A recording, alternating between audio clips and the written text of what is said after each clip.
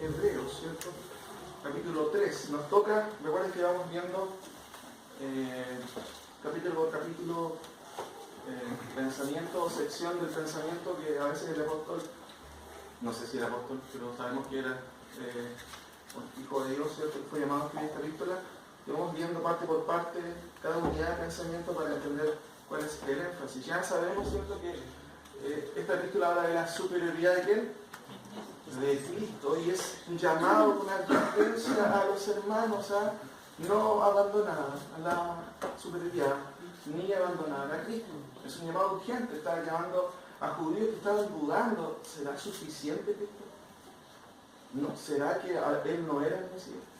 Entonces, ese es el tenor general de la carta, y el libro rojo de la carta es Cristo superior, no abandonen a Cristo. Y hemos visto, ya hemos avanzado, ¿cierto?, en al menos dos capítulos aquí, vamos al tercero, ¿cierto?, entendiendo el libro rojo de este tema. Cristo es superior a Moisés, y esto es lo tercero que podemos ver aquí, y esto puede ser, en realidad, si podemos llamarle o tener un título, y usted en sus Biblias a veces el título, subtítulo, recuerden que el subtítulo no es parte de la inspiración de la escritura, eso se coloca, a veces está bien, a veces no está muy bien, pero en este caso sí está bien. Cristo es superior a Moisés. Recuerden que la audiencia en general es judía, y cuando uno dice a un judío Cristo es superior a Moisés, se producen ciertas cositas dentro de él, cuando no es creyente y cuando no ha entendido que Cristo obviamente es el Mesías. Entonces, ustedes no pierdan de vista eso. Los oyentes son esencialmente judíos que están dudando de Cristo, si es o no Él es el Mesías, si Él es enviado. Ya ha dado un montón de argumentos el autor de quién es Cristo, pero ahora va a ser un poco atrevido, porque va a decir: ¿saben qué? Es mejor que Moisés. A los oídos de muchos de ellos eso era una conspiración, porque Moisés era en cierta manera un patriarca para ellos importantísimo. Recuerden la labor de Moisés en el Antiguo Testamento, ¿cierto? Fue ordenado por Dios, lo mandó el Señor para liberar a su pueblo de la esclavitud de Egipto. Fue quien, ¿cierto?, guió al pueblo hacia la tierra prometida, con la excepción de que Moisés, ustedes saben, no pudo entrar a la tierra prometida. ¿Se acuerdan por qué no pudo entrar? Pareció antes. Sí, desapareció. ¿Y en qué específicamente? Tirando la ropa. ¿Y qué le había dicho el Señor? Que le hablara. Y él estaba enojado, ¿cierto? Por esa falta. Wow. Dios dijo: no, tú no vas a pasar. Ahora, notemos algunas cosas, y quizás quiero dividir este análisis en tres partes que vamos a ver esta mañana, ¿cierto? ¿A quién se dirige? ¿Qué les dice? ¿Y para qué les dice lo que les dice? Real, ¿cierto? ¿Para qué les dice lo que les dice? Entonces, si me acompañan a leer, por favor, los versículos, o yo los leo y ustedes pongan atención. Dice: por tanto, hermanos santos, participantes del llamamiento celestial, considerad al apóstol y sumo sacerdote de nuestra profesión, Cristo Jesús, el cual es fiel al que le constituyó, como también lo fue Moisés en toda la casa de Dios. Porque de tanto mayor gloria que Moisés es estimado digno cuanto tiene mayor honra que la casa el que la hizo. Porque toda casa se hace por alguno, pero el que hizo todas las cosas es Dios. Y Moisés, a la verdad, fue fiel en toda la casa de Dios, como siervo para testimonio de lo que se iba a decir. Pero Cristo, como hijo sobre su casa, la cual casa somos nosotros, sí retenemos firme hasta el fin la confianza y el gloriarnos en la esperanza.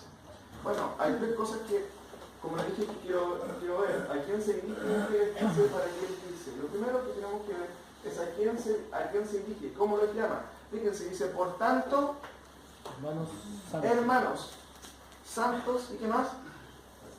Participantes del llamamiento celestial. Ya con esas tres cosas tenemos bastante, digámoslo así, información de quién se trata. El concepto de hermano, ¿cierto?, viene de la palabra adelphois, ¿cierto?, que habla de cercanía. Hay una agencia que se llama Adelphos, ¿la conocen? Bueno, ahí viene, adelphoi, y es una palabra que nosotros estamos acostumbrados a usarla. Ahora, vamos a estar hermanos, pero en el contexto del judaísmo, digámoslo así, era algo propio de ellos, era algo cercano. ¿Me entiendes? Nosotros la hemos adoptado, obviamente, también de las escrituras, pero para los judíos tenía un significado mucho más quizás potente que el que nosotros a veces le damos. Hermanos, ¿cierto? Incluye no solamente que son parte de una comunidad, sino que son parte de un pueblo. Nosotros nos llamamos hermanos porque somos parte de qué? De la iglesia, que es el pueblo también del Señor, ¿cierto? Entonces es un término de cercanía. El apóstol Pablo quiere acercarse a ellos, por un lado, pero no quiere que los hermanos le vean lejos. Por eso él dice hermanos, ¿cierto? Y se coloca al mismo nivel. Hay varias cositas más que quiero comentarles más adelante acerca de esto, solamente quiero hacer mención por ahora acerca de esto. Santo, ¿cierto? Habla de la posición de los creyentes. La palabra santo, ¿cierto? Significa, y ustedes todos lo saben, apartado de, pero apartado para también.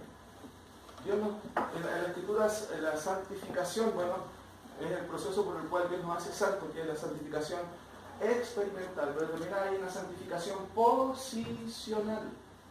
Dios nos ve de otra manera, Dios nos saca de la masa de perdición y nos pone en otro grupo, ¿cierto? Y en ese sentido somos apartados por Dios. Pero la evidencia de que usted es apartado de Dios es que va a exponer las características de alguien que es creyente. Por eso la posición que tú tienes se revela por la exposición conductual de su vida. No sé si entendí la fraseología ahí.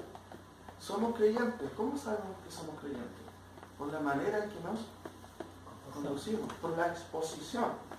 Mi posición, ¿cierto?, en Cristo se revela por la exposición de mi vida, en ese sentido. Entonces, por eso que el autor de Hebreos es bien digámoslo así, detallista en estos aspectos. Va a decir, por tanto, hermanos santos, ya hay un concepto ya, apartados, ¿cierto? Apartados para el Señor, apartados de. Y tercero, participantes del llamamiento celestial. Y aquí hay una frase quizás un poco más difícil, porque esto tiene que ver con el llamamiento contingente de la elección. ¿Qué significa el llamamiento contingente de la elección? La Biblia dice que Él nos escogió ¿cuándo? Antes de la fundación del mundo. Antes de la fundación del mundo. ¿Quién estaba en ese momento aquí? Levante la mano. Nadie. Cuando hablo de contingencia, estoy hablando del momento, del transcurso de la vida en que nosotros estamos, ¿cierto? Cuando Dios nos llame en algún momento de la vida. Hay un decreto eterno que nadie puede ver, pero eso se manifiesta en la vida que Dios nos da. Nosotros nacemos en algún momento de la vida y en algún momento escuchamos la palabra. Podemos nacer en la iglesia y escuchar miles de sermones como yo, por ejemplo, que soy hijo pastor. Me crié en la banca, escuché un montón de sermones, pero no fui salvo cuando entré por primera vez a la iglesia, sino que hubo un momento en particular en donde Dios llamó. Tenía mi número, no. Dios llamó, ¿cierto? Y yo escuché esa voz. No quiero espiritualizarlo en ese sentido que yo, y aquí voy a hablar un poco de lo que es el llamamiento interno de la fe, porque hay un llamamiento externo que todos podemos escuchar, pero en algún momento esto tiene sentido para mí. Como adolescente uno pasa la vida a veces, como dice el proverbio, la necedad está ligada al corazón del muchacho, ¿cierto? Y el muchacho en realidad no tiene mucha madurez y comete muchos errores, pero llega un momento en que esa persona, ¿cierto?, es tocada por el Señor con su palabra y cambia algo en él. En algún momento de mi vida, ¿cierto?, yo empecé a tener interés por estudiar la palabra. Y uno podría decir, pero eso es normal, tú eres hijo pastor. No, no es normal eso. Porque todos nacemos, ¿cierto?, bajo un concepto, ¿cierto?, que nos enseña la Biblia, que somos todos pecadores y estamos constituidos la gloria de Dios. Y por ende, no queremos las cosas de Dios. Entonces, en cierto sentido, nosotros nos llenamos, digamos así, con la palabra, que finalmente es la palabra que abre, obviamente, nuestro corazón y nos despierta a la vida de Dios. Entonces, quiero explicar algunas cosas que llamamiento contingente de la elección. A lo menos, quizás bajo este gráfico, Dios escoge. Eso se llama la Biblia predestinación. ¿Hay un versículo que ustedes tengan en mente donde sale claramente de eso? Efesios capítulo 1. Acompáñenme ahí por un momento. Efesios capítulo 1, 3 al 5. No voy a profundizar en esto, solamente quiero tener un cuadro rápido acerca de ello para entender este concepto, que el autor llama a los hermanos con calificativos, santos, pero también ¿cierto?, les ponen un estatus interesante, dice participantes del llamamiento celestial. Cada uno de nosotros, si realmente es salvo, fue participante de este llamamiento. Dios llamó a usted en algún momento de su vida. Ahora, dice Efesios 1, del 3 al 5, bendito sea el Dios Padre de nuestro Señor Jesucristo, que nos bendijo con toda bendición espiritual en los lugares celestiales en Cristo, según nos escogió en Él antes de la fundación del mundo. Y fíjense ahí, ese habla de propósito. ¿Para qué me escogió? Para que fuésemos santos y sin mancha. Si yo doy vuelta a la pregunta, ¿quiénes son escogidos? ¿Cuál es la respuesta? Sí, pero la pregunta que puede ser un poco los santos y sin mancha. Esa es la respuesta. ¿Cómo sabes tú quiénes son los elegidos? Los que viven una vida santa y tratan de no contaminarse con la vida.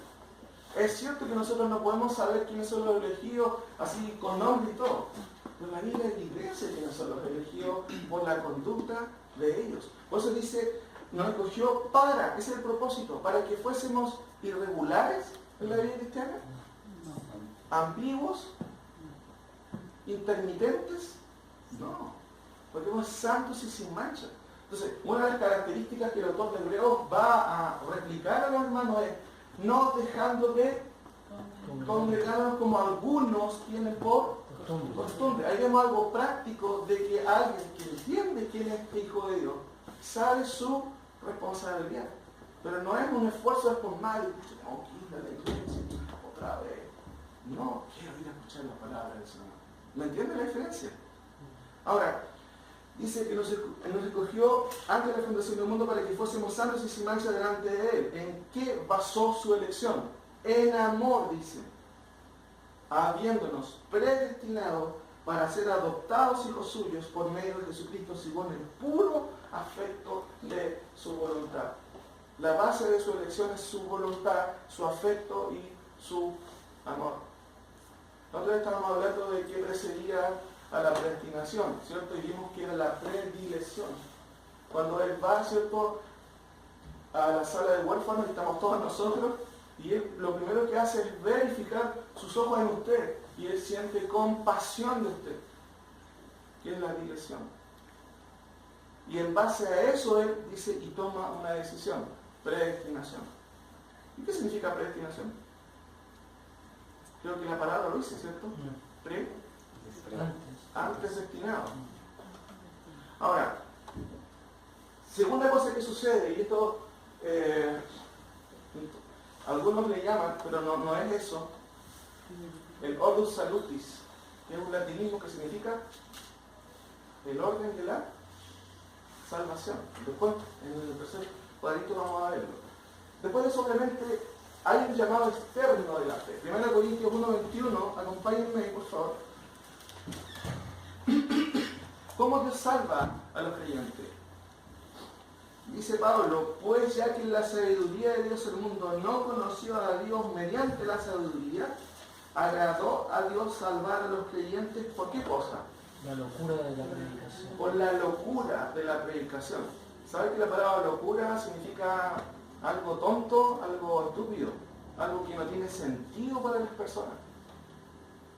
Por eso a Dios le agradó salvar a la gente por un mensaje que no tiene sentido.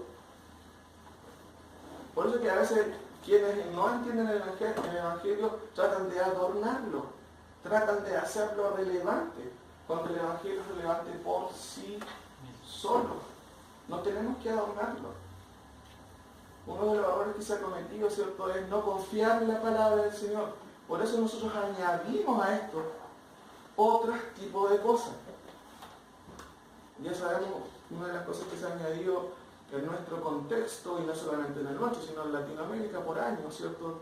La oración del pecador, que tienes que firmar atrás en tu Biblia cuando tú hiciste tu compromiso o tu decisión. Quiero leerles un comentario de R.S. Sproul, que es muy bueno, que dice lo siguiente: cuando el Evangelio es predicado audiblemente, la boca del predicador emite sonidos. Hay un llamado externo a la fe y al arrepentimiento. Cualquiera que no sea sordo es capaz de oír las palabras con sus oídos. Las palabras estimulan los nervios auditivos de los regenerados y los no regenerados por igual. Los no regenerados experimentan el llamado externo del Evangelio. Este llamado externo no efectuará la salvación a menos que el llamado sea oído y abrazado en fe. El llamamiento eficaz se refiere a la obra del Espíritu Santo en la regeneración. Aquí el llamado se hace dentro.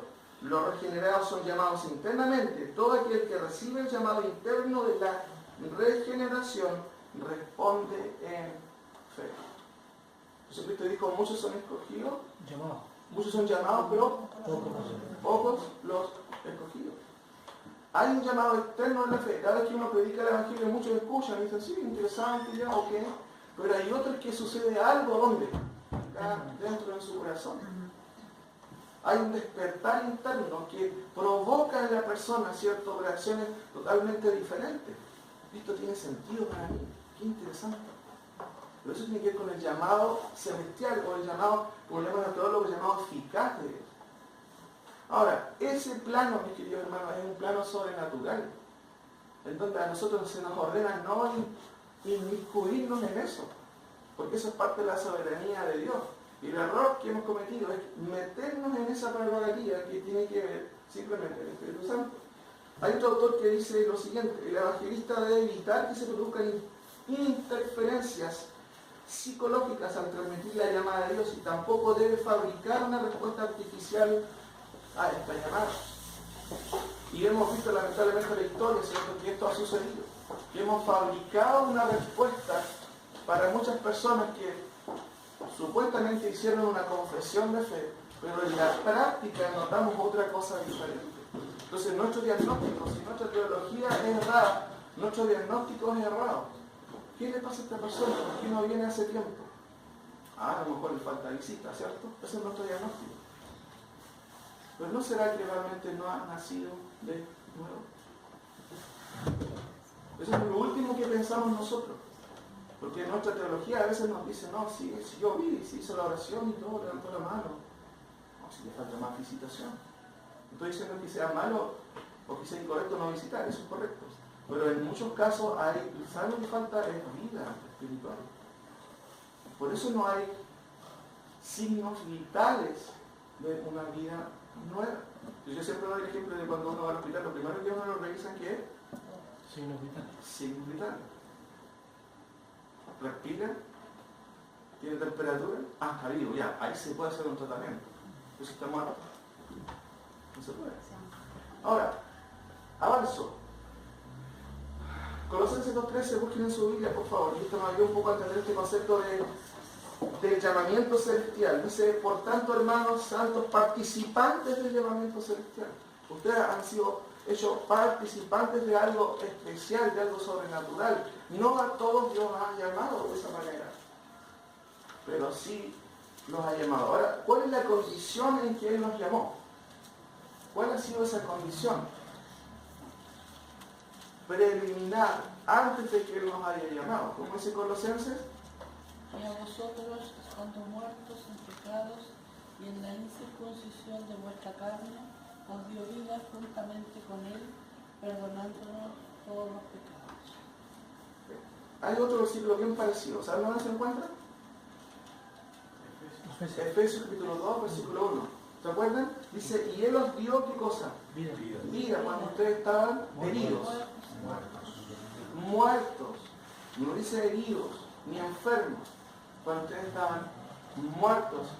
Y obviamente Él usa una figura, muertos en qué? En delitos y pecados, que habla de la moralidad de alguien que no conoce al Señor. Ahora, Colosenses, como dice ahí, y estando muertos en pecados en la disposición de vuestra carne, Él dio vida justamente con Él, perdonándonos nuestros pecados. Es muy interesante que los autores, cuando usan términos o palabras, no la usan, ¿cierto?, así ambiguamente. La palabra que se usa en muerto tiene una intención.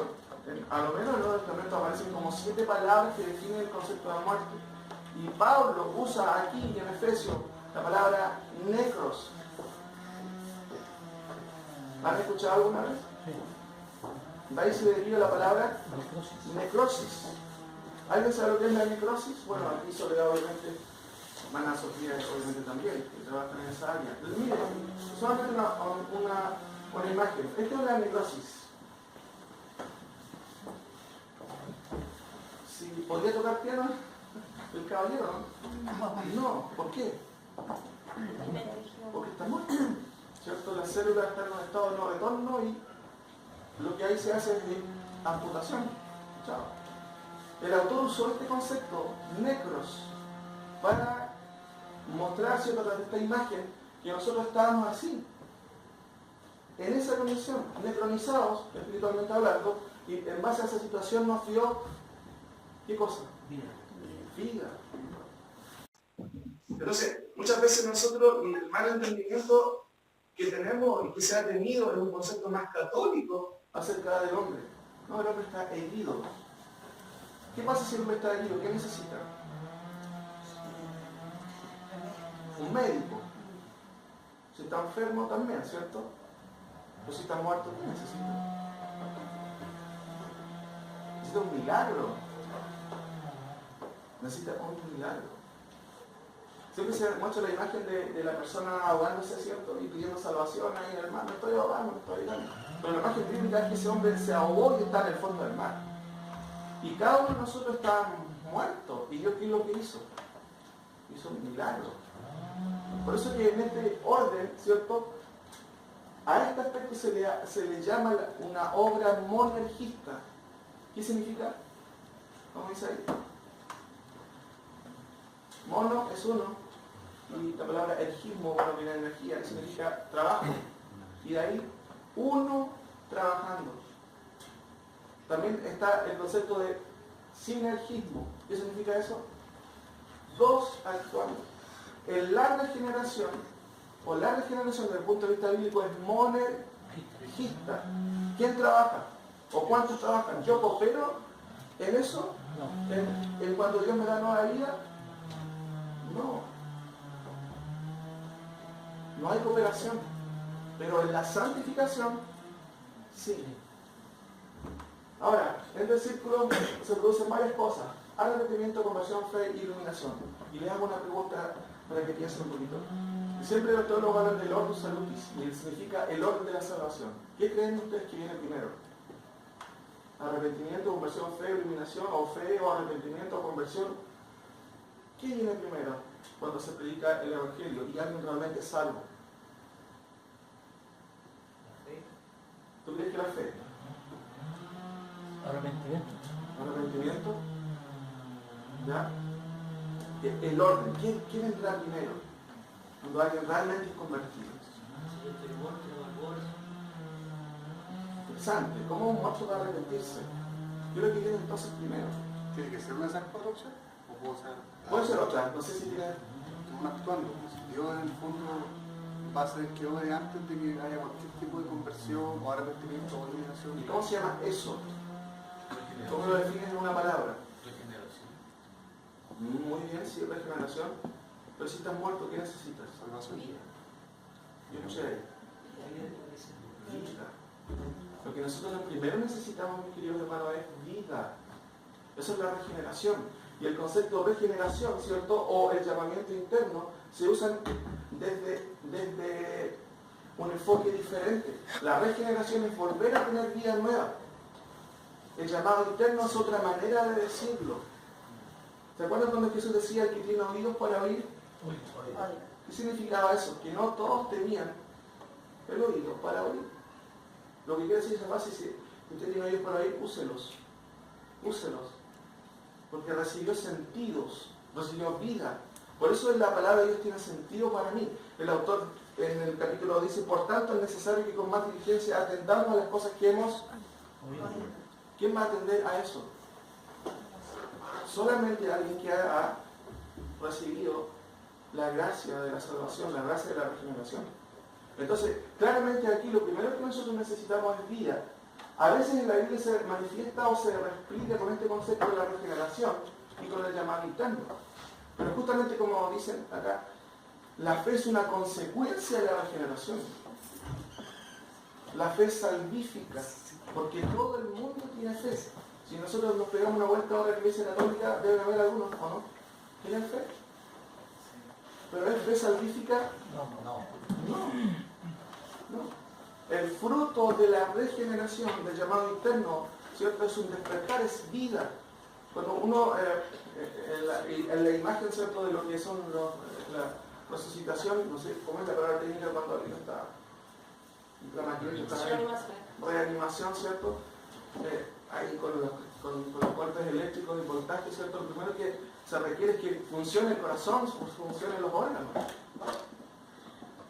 Y muchas veces lo que Dios hace justamente es eso. Cuando despertamos a la vida, esto tiene sentido. Antes no tenía sentido para mí la Escritura, ahora tiene sentido y me interesa. Por eso viene la fe como consecuencia. Y por supuesto el arrepentimiento, que en ambos casos la fe y el arrepentimiento son cuestiones subjetivas, que yo internamente me sucede algo. Y eso se revela en algo externo y objetivo que se llama conversión. Porque la conversión tiene que ver con un verbo en el original de acción, que se nota, que se ve. O sea, si una persona pasó por un arrepentimiento, se va a ver en la conversión. Porque su conducta ha cambiado. ¿Recuerdan a los tesalonicenses cuando estuvimos viendo mire, vamos a ir en el capítulo 1, solamente un ejemplo. Capítulo 1 de 1 Tesalonicenses.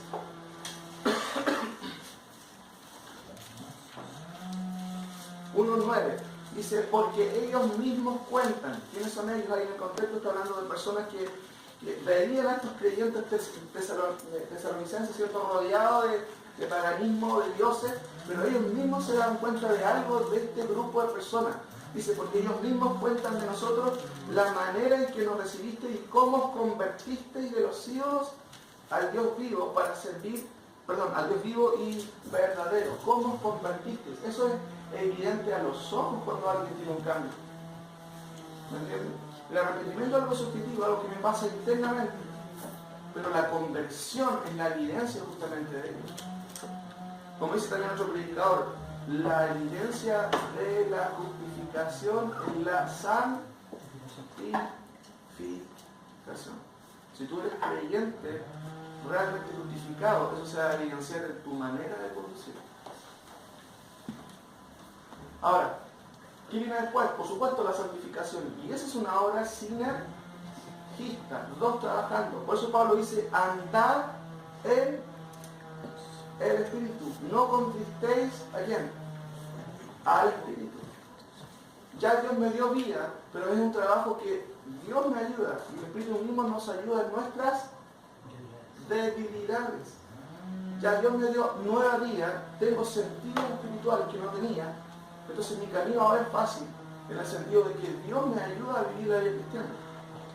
Entonces este llamado interno, ¿cierto?, no es solamente una alusión, mis queridos hermanos, a un llamado así superficial, no. Es el llamado de la elección. Y el autor no profundiza en eso, lo da por sentado, claramente, y lo vemos en otros aspectos de la Escritura. Ahora, ¿qué les dice? Fíjense en esto. Estamos en el capítulo 3. Vuelve al capítulo 2 un poquito. Hay dos cosas parecidas aquí que se mencionan. ¿Nota el parecido, no?, del 2 y del 3?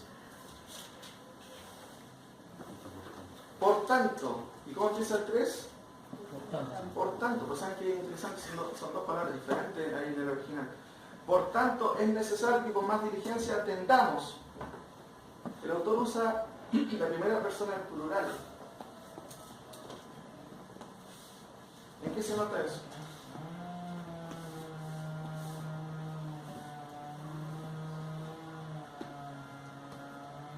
¿Saben cuál es la primera persona en plural? Yo, tú, él. Nosotros. Él se incluye en este llamado. ¿Pero qué sucede en el versículo 1 del capítulo 3? Miren, es una vueltita solamente. Hay un pequeño cambio ahí. Participantes. Ya, pero hay un llamado. Por tanto, hermanos santos, participantes de la necesidad, considerar. ¿Qué tiempo es ese? Segunda persona del plural. ¿Qué es lo que hace el autor ahí, en cierto sentido? Fíjense que en el capítulo 12 él se incluye dentro del grupo, pero después él se aleja del grupo y les habla desde otro punto de vista. ¿Se dieron cuenta de ese detalle? Él se pone, y no quiero decir con esto en un sentido superior sobre ellos, porque está utilizando, ¿cierto?, lo que es la exhortación. Él, en el primer versículo del 2 nos muestra, es como alguien que abraza a sus amigos y le dice, chiquillos, ¿cierto?, es necesario que atendamos a las cosas. Pero acá en el 3 él se pone en una postura exhortativa, como pastor, como guiador, después lo vamos a ver al final como lo dice, y dice, se para, toma esa altura y dice, consideren. ¿A quién? Obviamente a Cristo. Pequeño detalle que habla un poquito de, obviamente, la exhortación. Ahora, dos cosas más. Por tanto, es necesario, ¿cierto?, oír. En el versículo 3 dice, por tanto, considerar. ¿Cuáles son los dos énfasis? Fíjense que el énfasis primordial es a los sentidos. ¿Cuáles son los sentidos? No es hi-fi, ¿cierto? ¿Cuáles son los sentidos? Ver, escuchar, oír, degustar, sentir y todo. ¿Sabes que los sentidos son un poco peligrosos? Judas dice, hablando de personas que no son creyentes, en Judas 19 dice, estos son los sensuales. ¿Qué es sensual? No es sexual, ¿eh? Es sensual. ¿Qué es una persona sensual? Tiene mucho de los sentidos. ¿Ha visto gente sensual? Sí. ¿Y en la iglesia habrá sensual? Yo quiero sentir, ¿caprichoso, no? Que yo no siento acá, aquí son todos fríos. Yo quiero sentir la presencia del Señor. Yo quiero oír su palabra directamente. Bueno, acá estamos, ¿cierto? Si quiere Dios le hable, lea la escritura. Pero los sensuales, Judas dice, estos son los sensuales. Y mire lo que dice, que no tienen el Espíritu. Es el mismo término que se usa en 1 Corintios 2:14 cuando dice que el hombre natural no percibe las cosas que son del Espíritu. La palabra sufijo se traduce en Judas como sensuales y ahí en Corintios como natural. Y sabemos por Judas que se refiere a gente que no posee el Espíritu. Sin embargo, los sentidos nos son dados a nosotros no para esconderlo y no utilizarlo. Es parte de nuestro ser. Pero el orden que le damos a los sentidos, ¿cierto?, no tiene que ser primario. Yo no me guío por lo que siento. ¿Se acuerdan de ese coro que cantamos antes? Ya no lo cantamos más. Y si Dios es real, porque lo siento. Porque lo siento en mi ser. ¿Lo conocen por acá, cierto? No. Y si Dios, ¿cierto?, es real porque lo sienta. Y Dios es real porque lo siento en mi ser. Y si yo no lo siento, es real. Sigue siendo real, eso es independiente de lo que yo sienta. Entonces, fíjense que el apóstol Pablo en Romanos 12 usa dos palabritas muy interesantes para definir el culto verdadero. Una cita paralela simplemente, Romanos 12. Lo hemos visto en otra ocasión. Él hace una comparación, ¿cierto? Así que, hermanos, os ruego por las misericordias de Dios que presentéis vuestros cuerpos en sacrificio vivo, santo, agradable a Dios, que es vuestro culto racional. Es muy interesante, la palabra que usa son dos, la creía, que es culto, lógicos, es el término que se usa ahí. Por eso se tradujo racional. ¿A qué le suena la palabra lógicos? Es un culto que usa esto, el intelecto. Hermanos, hay iglesias llenas en donde la función del culto no es esto, es el sentimiento. Entonces los hermanos están casados bajo una terapia grupal más que en un culto real o verdadero. Yo no estoy diciendo que las emociones no sean partícipes del culto. Las emociones tienen que ser parte de ello. Gozarnos en la palabra, busquemos la participación de nuestros sentidos. Al cantar alabanzas a Dios, debemos hacer participar nuestros sentidos, pero siempre pensando en lo que cantamos. ¿Se acuerdan que el otro día, el domingo pasado, estábamos viendo y yo les mencioné que cantamos muchas veces himnos que no están de acuerdo con lo que nosotros vemos en la palabra? ¿Se acuerdan del himno que les mencioné súper rápido así? ¿No se acuerdan? Puede ser en las Naciones Unidas como hermanos. Bueno, ese es un himno que dice las naciones, no sé si ustedes más lo conocen, pero es un himno tradicional que cantamos. Las naciones unidas como hermanos, bienvenida daremos al Señor. Con eso refleja un concepto escatológico que al menos nosotros creemos que no es lo que enseña la Biblia. Pero de hecho dice, hay un himno que dice, herido, errante, vi su luz. Me hirió el pecado. Me hirió el pecado. ¿Me hirió el pecado o me mató el pecado? Me mató el pecado. ¿No entienden? Y el concepto católico es justamente de herido. Ellos en sus teologías dicen que el hombre no perdió libre albedrío, está herido y necesita simplemente un poco de ayuda para que él mismo pueda alcanzar la salvación. No, el hombre quedó muerto, sin reacción. Ahora, dos cosas que estoy diciendo acá. Por un lado, el énfasis son los sentidos. Mire, 1 Juan, otro ejemplo que se me viene a la mente, 1 Juan, los hermanos quizás han escuchado, 1 Juan capítulo 1, ¿cierto? Las epístolas de Juan, mismo autor del Evangelio, ¿cierto? Según Juan. ¿Cómo empieza Juan su argumentación? En el capítulo 1 dice, lo que era desde el principio, ¿quién era desde el principio? Bueno, Cristo es desde el principio. Pero miren, aquí apela, lo que hemos oído, lo que hemos visto, lo que hemos contemplado y más encima lo que hemos palpado. ¿Qué es palpar? Tocar. Tocar. Cuando usted va a comprar, ¿cierto? Quiere tocar la mercadería, ¿ya? Será bueno el género, ¿no? Las hermanas siempre hacen eso. Será bueno, ¿no? Pero Juan está diciendo que incluso ellos palparon. Dice, palparon nuestras manos tocando al verbo de vida. Porque la vida fue manifestada y hemos visto y testificamos, no le estamos mintiendo. Nosotros vimos a Cristo, eso es lo que está diciendo Juan. Y dice, y anunciamos la vida eterna, la cual estaba con el Padre y se nos manifestó. Vuelvo a repetir el concepto. 3. Lo que hemos visto y oído, eso os anunciamos, para que también vosotros tengáis comunión con nosotros, y nuestra comunión verdaderamente con el Padre y con su Hijo Jesucristo. Estas cosas os escribimos para que vuestro gozo sea cumplido. Si se dan cuenta, el autor apela a los sentidos, pero no para que usted y yo sigamos en los sentidos. Por eso es que él nos dice, estas cosas os escribimos. ¿Y qué tenemos que hacer si ellos no escribieron algo? Estudiarlo. Eso tiene que ver con el intelecto. Chiquitita. Ahora, considerar la palabra, son dos palabras interesantes en el original. Katanoeo. Noeo tiene que ver con mente.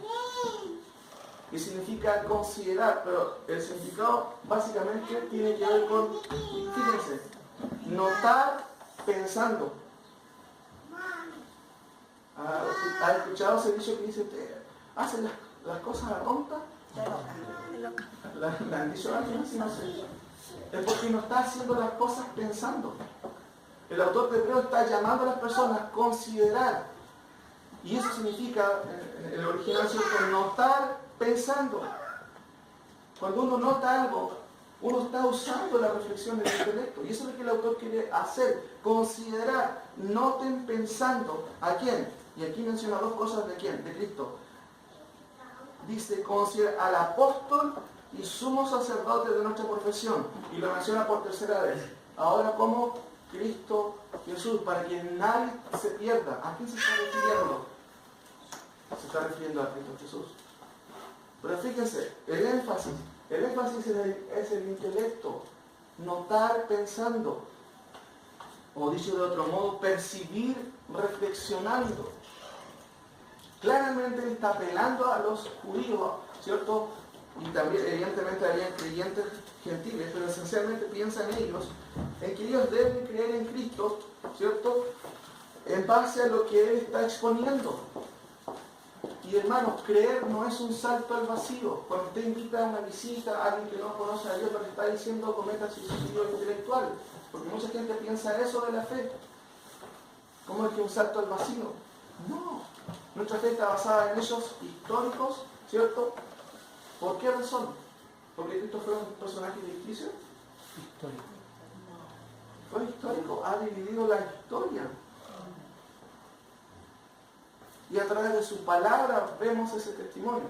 La fe no es un salto al vacío, la fe es una fe racional que descansa en certezas históricas y racionales basadas en la Escritura. Por eso es que el apóstol, por un lado, dice, es necesario que atendamos a las cosas que hemos oído. Bueno, hay personas que se olvidan de eso. ¿Por qué no quieren escuchar estas cosas? Y ahí nos ponemos a pensar, ¿qué pasa con estas personas? ¿Qué sucede?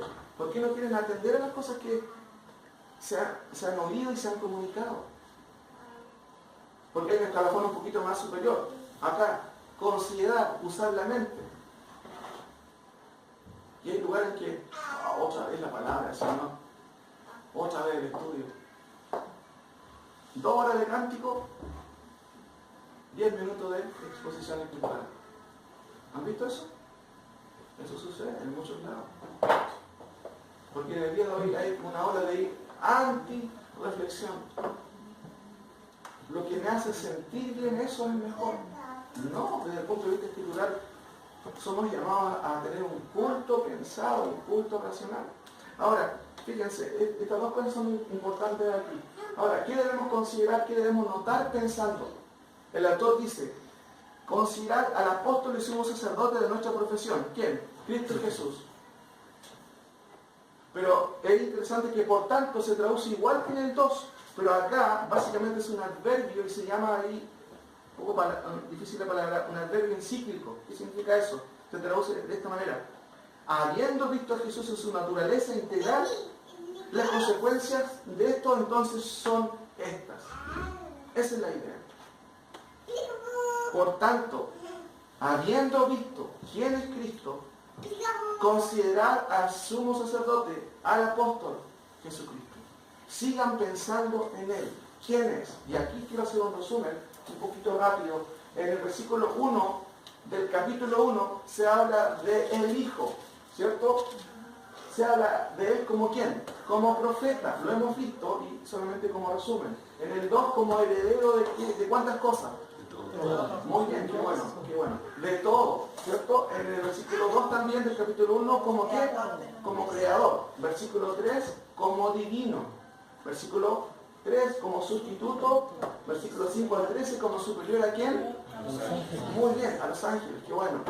Entonces nos llama a considerar todo lo que hemos visto, más encima lo que va a decirnos ahora de Cristo. Seguimos. 2, 3, Él fue un evangelista, porque la palabra de Dios nos fue anunciada primeramente por ¿quién? Miren, ¿cómo escaparemos nosotros si descuidamos una salvación tan grande, la cual habiendo sido anunciada primeramente por ¿quién? Por el Señor. Él fue también un evangelista, ¿cierto? No se llamaba Jesús Graham por si acaso, nada que ver, ¿ya? Nada que ver. Capítulo 2, 9, otra vez se menciona por segunda vez a Jesús, ¿cierto? Y nos dice, hecho hombre, ¿cierto? Vicario, representante, el Papa no es vicario, Cristo fue el representante y después posteriormente el Espíritu Santo es el vicario. 10, Salvador. 11, Santificador. 14, Libertador, ¿cierto? 16, Misericordioso y finalmente el versículo 17, el capítulo 2 que vimos en el capítulo y en el tema anterior, como un Señor cercano. Fíjense lo que dice al final el versículo. Pues en cuanto él mismo padeció siendo tentado, es poderoso para socorrer a los que son. ¿Está lejos Dios? No, querido hermano, está cerca para nosotros. Entonces el autor nos dice considerar, ¿cierto? Noten pensando en quién. Y menciona 2 características más de Cristo. ¿Cuáles son? que los menciona en el versículo. Considerar al apóstol, ¿y qué más? Y sumo sacerdote. Ese aspecto el autor lo va a desarrollar, pero magistralmente en los capítulos que vienen después, de por qué Cristo es superior como sumo sacerdote.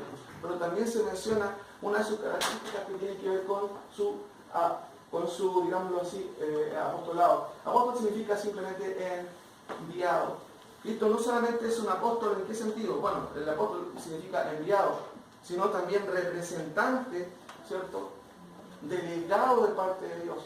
Y sumo sacerdote, bueno, habla de mediador. ¿Cuántos mediadores tenemos nosotros? Uno solo.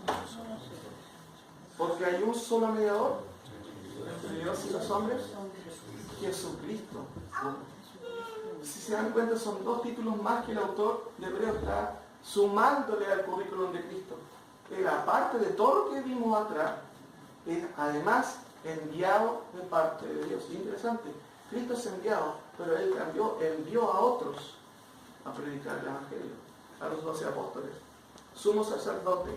Ahora, apóstol, ¿cierto? ¿Y sumo sacerdote de qué? De nuestra profesión. La palabra profesión viene del verbo homologeo, que se encuentra en Romanos 10:9, un versículo tan usado. ¿Se acuerdan cómo dice el versículo? Que si confesares, con tu boca que Jesús es el Señor. Y homologeo, como lo vimos en la primera clase de CO2, significaba, literalmente significa decir lo mismo. Literalmente significa decir lo mismo. Cuando Pablo dice a los romanos que si confesares que Jesús es Él, hermano, eso no es un mantra. ¿Sabes lo que son los mantras, no? Mucha gente lo ha tomado como un mantra simplemente. No, si yo hice la oración del pecador, o ya dije que Jesús era el Señor. Si le preguntamos a los vecinos, siempre les pregunto a ustedes y les digo, ¿usted cree que Jesús es el Señor? ¿Qué nos van a decir acá en Victoria, la mayoría de las personas? Sí. Pero el Señor, ¿significa que esas personas realmente todas son creyentes? No. Fíjense que el concepto de confesar en el contexto romano era incluso peligroso, era dar la vida por la fe. Si es necesario, doy mi vida por la confesión. Porque dice, si confiesas, si dices lo mismo, si estás de acuerdo con esta declaración, que Jesús es el Curios. Y el Curios, en el contexto romano, ¿saben quién era? El César romano. Es parecido a lo que sucede acá en Chile con algunos mapuches que quieren instalar un gobierno mapuche dentro de un gobierno chileno. ¿Cómo se llama eso? Tiene un nombre político. Y a los cristianos se les acusó bajo un concepto también político de sedición, de tratar de destruir un reino o destruir un estado, porque dicen que hay otro Señor. Si cuando aquí el Señor es el César. Entonces cada vez que los cristianos les preguntan, ¿tú crees que Jesús es el Señor? Por supuesto, Él es el único Señor. A los leones. Y ahí surge todo lo que surge según los historiadores, los que son los confesantes, ¿cierto? Y después vienen obviamente los que negaban y decían, no, Señor. Yo lo decía simplemente, no, el César es el Señor. No significa que repitamos eso y automáticamente seamos creyentes, hermanos. Fíjense cómo dice 1 Corintios 12:3, busque ese versículo que es muy interesante. 1 Corintios 12:3. Por tanto, dice el apóstol Pablo, os hago saber que nadie hablando por el Espíritu de Dios dice anatema o dice Jesús es anatema. Y después dice, y nadie puede decir Jesús es el Señor excepto por el Espíritu Santo. ¿En qué está pensando Pablo? Dice, pero Pablo, si yo conozco un montón de gente que dice Jesús es el Señor. Pero Pablo no está pensando en mantras o en frases tan facilistas que nosotros decimos. Él está hablando de qué significa la confesión desde el punto de vista de la fe verdadera. Nadie puede decir Señor a Jesús si no ha experimentado un cambio rotundo en su interior. A eso se refiere. Hay dos cosas que aquí se dicen. Con el Espíritu no se puede decir anatema a Jesús. Pero sin el Espíritu no se puede decir Cristo es mi Señor. Mucha gente dice Cristo es mi Señor, pero tiene una virgen al lado. O a San Expedito o a un montón de otros santitos. Es porque no está el Espíritu de aquí de Dios. Entonces, en ese sentido, mis queridos, la confesión, cuando dice considerar a quién, notar pensando al apóstol y sumo sacerdote de nuestra confesión, de nuestra profesión de fe.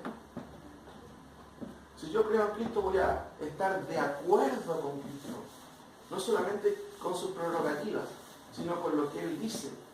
Ahora, avancemos un poquito más. ¿Qué tiene en mente el autor en todo este contexto? ¿A qué se parece eso? Una casa. Sigamos leyendo, dice, considerar, ya sabemos qué significa eso, es un llamado al intelecto, a usar la cabeza. Considerar ¿a quién? Al apóstol y sumo sacerdote de nuestra profesión en Cristo Jesús, el cual es fiel al que lo constituyó, como también lo fue Moisés en toda la casa de Dios, porque de tanto mayor gloria que Moisés es estimado digno cuanto tiene mayor honra que la casa el que la hizo. Porque toda casa es hecha por alguno, pero el que hizo todas las cosas es Dios. Y Moisés, a la verdad, fue fiel en toda la casa de Dios como siervo, para testimonio de lo que se iba a decir. Pero Cristo como hijo sobre su casa, la cual somos nosotros, se retenemos firme hasta el fin la confianza en el gloriarnos de esperanza. Toda la sección del versículo 2 hasta el 6a nos explica esta segunda parte. ¿Y cuál es la idea? ¿Qué tiene en mente el autor de Hebreos? ¿Cierto? ¿Cuál es la consideración de fondo? Bueno, mis queridos hermanos, él llama a Moisés en comparación a Cristo. Y de ambos dice algo que se repite. Ambos fueron, ¿qué cosa? Lo primero que se dice de ambos, ¿qué se dice? No. ¿Qué es lo primero que se dice de ambos? El autor no quiere rebajar a Moisés en ningún caso, pero quiere dejar estipulado que hay diferencias entre Moisés, ¿cierto? Y en este caso, Cristo. Mire lo que dice el versículo. Dice, considerad apóstol y sumo sacerdote de nuestra profesión en Cristo Jesús, el cual es fiel. ¿Qué más se dice de Moisés? O que en este caso se dice de Moisés. Ya se dice algo de Cristo. Que también lo fue. Muy bien. Que también lo fue. Las dos primeras comparaciones tienen que ver con la fidelidad. Ambos fueron fieles. Entonces el autor es bien cuidadoso porque no quiere decir, ¿saben que Moisés no vale nada? Guatió, como dicen los cabros, ¿cierto? No, él fue fiel. Entonces no quiere rebajar a Moisés en ningún caso, pero tampoco quiere decir que Jesús es un segundo Moisés. No. Entonces la segunda escalación de comparación tiene que ver con que Cristo es mayor y Moisés es menor. Entonces si se dan cuenta, quienes están escuchando son judíos. Con todo lo que ha dicho ya, yo creo que los judíos estaban sentados y oh, qué interesante. Si no lo hubiera explicado quizás todo lo anterior, más de un judío a lo mejor hubiera salido para afuera, como vamos a estar diciendo que Moisés es el menor. Porque muchos de ellos pensaban que Moisés era superior o igual. No, y el autor de Hebreos claramente dice, el cual es fiel al que lo constituyó, como también lo fue Moisés en toda la casa de Dios. Y la casa de Dios es una referencia al pacto antiguo, ¿cierto? No solamente a la tienda, ¿cierto? Sino también a todo el pueblo de Dios. Pero aquí sigue avanzando el autor y con esto voy avanzando. Dice, porque de tanto mayor gloria que Moisés es estimado digno cuanto tiene mayor honra que la casa, el que la hizo. Porque toda casa es hecha por alguno, pero el que hizo todas las cosas es Dios. Y Moisés, a la verdad, fue fiel, otra vez repite, en toda la casa de Dios, pero aquí menciona un concepto, ¿cierto? Que tiene que ver de posición. ¿Qué era Moisés en la casa de Dios? Siervo. Muy bien. ¿Y qué es Jesús en la casa de Dios? ¿Es siervo también? Bueno, fue siervo, pero en categoría superior tiene que ver con que Moisés fue siervo, pero Jesús es dueño de la casa. Entonces, aquí se centra el argumento central del autor. ¿Cuáles son las diferencias? Por supuesto, ¿fue fiel Moisés? Sí. ¿Cristo fue fiel? Sí. Pero ¿saben qué? Cristo es mejor, es superior a Moisés. Porque Moisés simplemente era un siervo. ¿Y quién es Jesús? Dueño de todo. Dueño de todo. Dueño de la casa. Y la referencia a casa, ¿cierto? en relación al contexto en que escribe el autor, se refiere a la iglesia, al pueblo. Por eso que dice acá en el versículo 6, pero Cristo comunicó sobre su casa, la cual somos ¿quién? Nosotros. Eso se refiere obviamente a los que han sido llamados por el Señor, al grupo de personas que han sido llamados, y en este caso es la iglesia. Ahora, finalmente, ¿cierto? Efesios 2:20, y eso ratifica un poquito más, dice, edificado sobre el fundamento de los apóstoles y de los profetas, haciendo la piedra principal, ¿quién? Cristo mismo. Edificado sobre el fundamento de los apóstoles y los profetas. ¿Cuáles apóstoles los que andan ahí dando vueltas? ¿En el láser? ¿No? Estos apóstoles, los autores del Nuevo Testamento, profetas, los autores del Antiguo Testamento, que nos han dado el canon autoritativo de norma y fe para nosotros como iglesia. 1 Corintios 3:11, nadie puede poner otro fundamento que el que está puesto. ¿Cuál es ese fundamento? Cristo es Jesús. Entonces Cristo no solamente es dueño, sino que sostiene también, mis queridos hermanos, la iglesia. Y en donde se basa la iglesia, en donde se dirige la iglesia. Lo último, esto es lo último, mis queridos hermanos. Recuerden que empezamos un poco hablando de tres cosas que el autor tenía en mente. ¿A quién se dirige? Recordemos. ¿A cualquier gente? No. A hermanos. ¿Cuál es la categoría de sus hermanos? ¿Cómo les llaman? Santificados. Santos, santificados. ¿Cierto? Otro día estaba escuchando un programa de televisión nacional en donde sale este viejito que anda con muleta, ¿cómo que se llama? Y siempre lo invitan a hacer un programa donde habla de los muertos y todo. Es un personaje católico. Y él hablaba de los santos, de un montón de santos. ¿Quiénes son los santos, mis queridos hermanos? Según la Biblia. Los hijos de Dios. Nosotros somos santos. Usted es santo, porque fue apartado para Dios. ¿Me entienden? Ahora, ¿debemos ser santos en lo experimental? Sí, pues. Apartarnos del mal, ¿cierto? Hacer la voluntad del Señor, en ese sentido. Ahora, ¿a quién se dirige? A santos, pero también a quienes han sido llamados con un llamamiento celestial. ¿Qué les dice? Bueno, les dice que deben considerar, ¿a quién? Al apóstol del sumo sacerdote. ¿Quién es ese apóstol del sumo sacerdote? Es Jesucristo. ¿Para qué les dice todo esto? Y este es el último versículo, mis queridos hermanos, que habla un poquito del propósito del autor. Pero Cristo comunicó sobre su casa, la cual casa somos nosotros, si retenemos. Ya que hay un problema, porque es condicional. Si retenemos, ¿qué cosa? Firme hasta el fin, la confianza y el gloriarnos en la esperanza.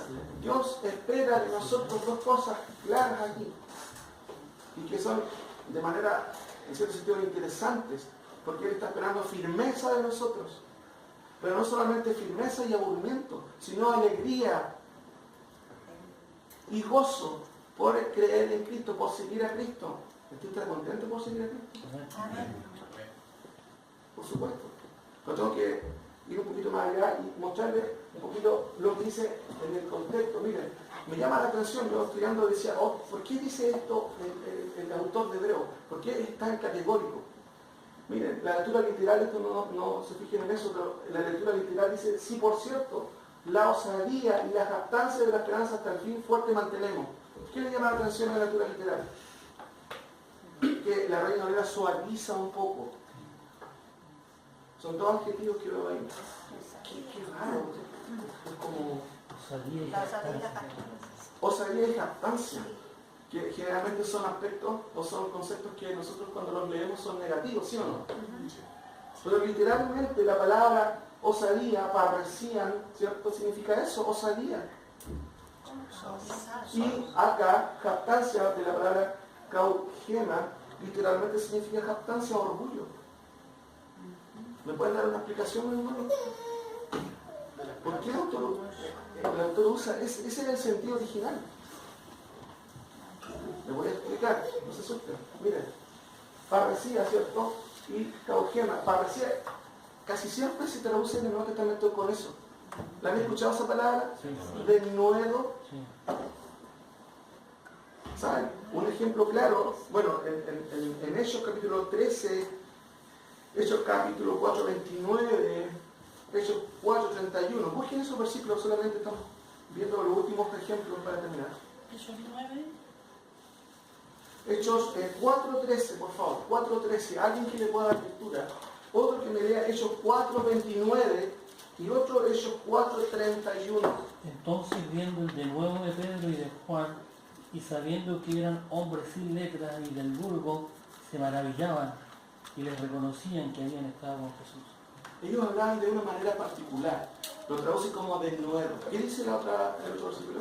Y ahora, Señor, mira sus amenazas y concede a tus siervos que con todo denuedo hablen su palabra. Muy bien. Hablen su palabra. Y el último versículo 4.31, ¿cómo dice? Cuando hubieron orado, el lugar en que estaban congregados tembló, y todos fueron llenos del Espíritu Santo y hablaban con denuedo la palabra de Dios. Todo tiene que ver con quién. De nuevo, Con de nuevo, pero el contexto que están haciendo. defendiendo. ¿Sabes? Un ejemplo moderno, contemporáneo de nuevo es lo que hizo la hermana Marcela Aranda en Chilevisión. ¿Cuántos vieron? Cuando todos le estaban dando como caja, ¿cierto? Ahí, refutando a ellas, pero ella hablaba con abierta libertad acerca, obviamente, de lo que era la familia. Ella fue muy sabia porque ella usó no evangelicas, la palabra evangelicazó, no otra palabra, evangelicazó, perdón, el lenguaje, ¿me entienden? Sino que se ubicó en el contexto y al final incluso muchos de ellos se dieron cuenta de la situación complicada en que las leyes, ¿cierto?, están en este momento en contra de lo que es la familia. Ella hizo alusión una vez a un versículo bíblico, solamente una vez. La palabra de nuevo o parresía significa hablar abiertamente, sin desahogos, o por el contrario, desahogadamente. Ay, por fin pude decir lo que dije. Pero no siempre es bueno desahogarse, no sé si me entienden. En el contexto original, en el griego secular, significa hablar públicamente sin ningún menoscabo, sin, digámoslo así, sin problema, tener libertad de hablar. Y claramente los apóstoles, cuando ellos hablaban, decían: así que tú eres cristiano. No, que yo solamente asisto. No, ellos hablaban con de nuevo acerca de su fe, con libertad. Por eso que la palabra de nuevo, bueno, para decir la palabra original, de nuevo grafica muy bien lo que significa.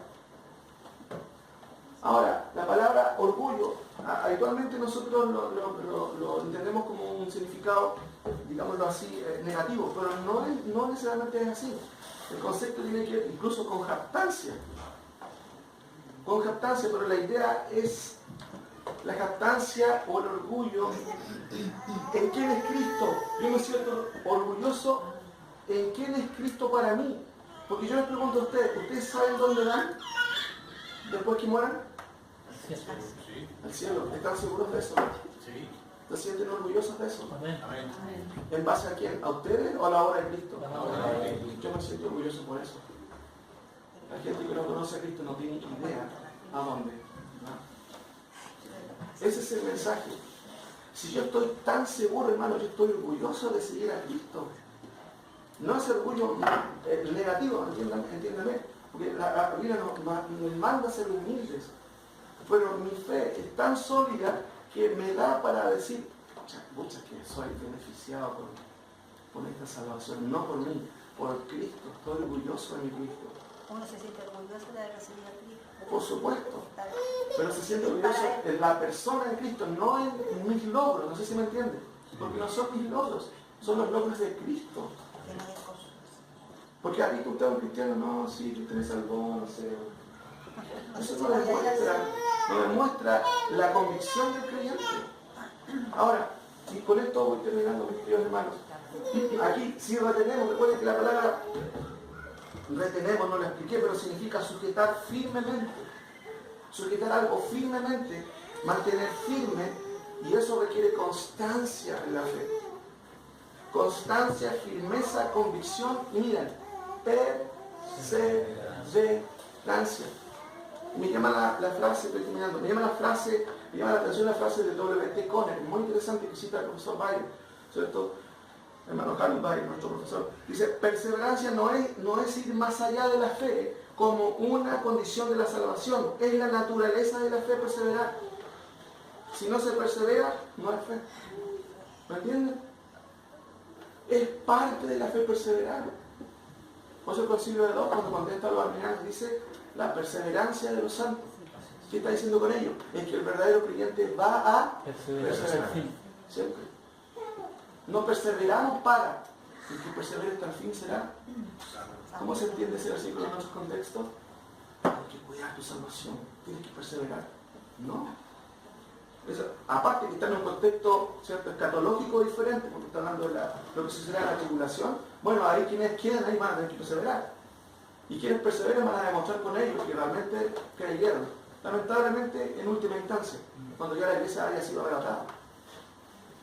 Pero la perseverancia es la consecuencia natural de que tú eres creyente de verdad. Entonces, la confianza me lleva al de nuevo, ¿sí o no? ¿La confianza en quién? Obviamente en Cristo. Esto se refiere a la fe, el contenido donde el discurso basal de nuestra fe comprendida es expuesta. Bueno, ayer digamos, anteayer el ejemplo de la hermana Marcela Grande. Una persona piensa, que sabe dónde tiene los pies bien puestos. Y lamentable por el pastor Soto, ¿cierto? Está un poco sin eso, porque es lo que hace todo lo contrario. Ahora, eso significa confianza me lleva de nuevo, esto se refiere a la fe. El contenido donde el discurso basal de nuestra fe comprendida es expuesta. Hermanos, todo lo que hemos visto es contenido cristológico, ¿sí o no? ¿Quién es Cristo para nosotros? No sé, pensador. El autor de Hebreo está diciendo que es heredero, creador, hijo, Dios, somos sacerdote, apóstol, heredero de todo, creador de todo, contenido de la fe. Porque la fe no es simplemente emociones sueltas, está basada en un culto racional. Y finalmente, si retenemos también tiene la idea de el gloriarnos.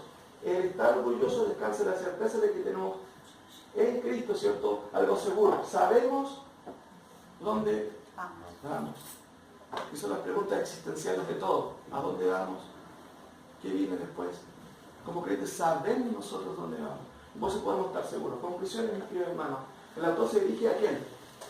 A hermanos, ¿cierto? ¿Quiénes han sido llamados? Por ende deben responder como tal, porque han sido parte del llamado celestial. Segundo, el autor hace un llamado urgente a considerar, esto es, a notar, pensar, no a tontas, y como se dice, ¿cierto?, a locas. Mira bien, ¿estás observando bien? No estás pensando, ¿quién es nuestro apóstol y sumo sacerdote? 3. Moisés fue fiel, pero era siervo. Jesús fue fiel, pero él es el dueño de la casa. ¿Hay una diferencia? Sí. Tremenda diferencia, ¿cierto? Cuarto, la perseverancia no es un requisito de la fe, es la consecuencia de la fe. Si usted le preguntan, ¿y cómo sabes que eres cristiano? ¿Y cómo sabes que esa persona es cristiana? Es porque persevera en la fe, no porque hizo una oración. ¿Me entienden? No estoy diciendo que la oración sea mala, lo he explicado en otras ocasiones. Pero la perseverancia es una de las consecuencias de la fe real, que tú perseveras. Ahora, si retenemos a Cristo, no solo demostramos con ello una respuesta al llamado del autor, que es el llamado a consideren quién es Cristo, ¿cierto?, sino que evidenciamos que hemos sido llamados por el Señor. ¿Usted ha sido llamado por el Señor? Entonces usted va a estar siempre considerando quién es Cristo. Va a querer escuchar quién es Cristo. Va a querer obedecer a quién es Cristo. Y va finalmente, como les dije, perseverar en la fe. Hermanos, el Señor nos ayude. Es difícil la vida cristiana cuando se toma en serio, pero es fácil porque la llevamos en el poder del Señor. El Señor nos impulsa a llevar la vida cristiana. Y el autor de Hebreos, recuerden, está hablando a personas que están dudando ¿de quién? De Cristo. ¿Cuántas razones hemos visto? Podríamos decir con él, ¿cómo se les ocurre dudar de Cristo? Ustedes están locos. ¿Cómo se les ocurre pensar de que no es suficiente? A veces nosotros podemos pensar, ¿qué les dicen los judíos allá lejos? Pero a veces nosotros pasamos por lagunitas, a veces nos olvidamos quién es el Señor. Hermanos, no olvidemos quién es el Señor para nuestra vida. Y nunca pensemos, no, Él no es, no, quizás sí, no, mi querido hermano. Claramente el autor nos demuestra aquí, y leo por última vez: por tanto, hermanos santos, participantes del llamado celestial del altar, ¿cierto? Considerad al apóstol y sumo sacerdote de nuestra profesión. ¿Quién es? Lo menciona. Cristo Jesús. Oremos.